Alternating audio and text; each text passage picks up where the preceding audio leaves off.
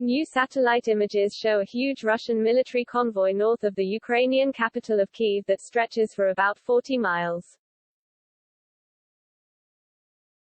Ukrainians have been valiantly fighting every inch of ground since the start of the Russian invasion last Thursday, but Vladimir Putin is throwing much more armory and troops into the battle. Kyiv and other cities have been under siege with shelling and street battles, but Russia has been struggling to make significant breakthroughs.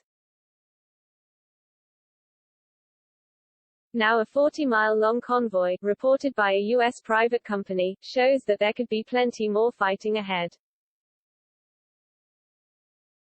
Maxar Technologies published the images and also said additional ground forces deployments and ground attack helicopter units were seen in southern Belarus, less than 20 miles north of the Ukraine border.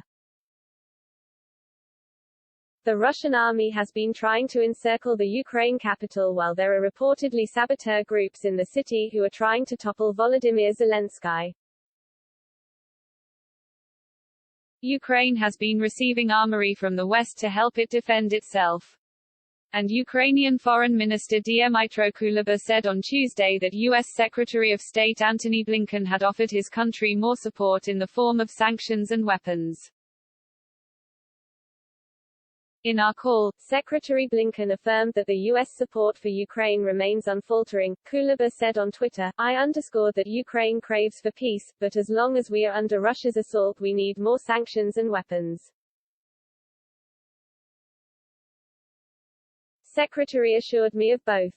We coordinated further steps. Casualties are rising on both sides with buildings blown up in Ukrainian cities and Russian troops killed with tanks blown up in stiff resistance.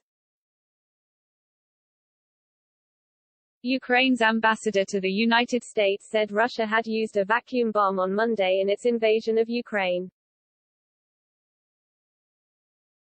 They used the vacuum bomb today, which is actually prohibited by the Geneva Convention, Ambassador Oksana Markarova said after a meeting with American lawmakers.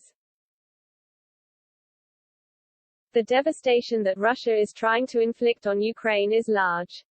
A vacuum bomb uses oxygen from the surrounding air to generate a high-temperature explosion, typically producing a blast wave of a significantly longer duration than that of a conventional explosive. The Ukraine government has been pushing for the West to introduce a no-fly zone for Russian missiles, planes and helicopters.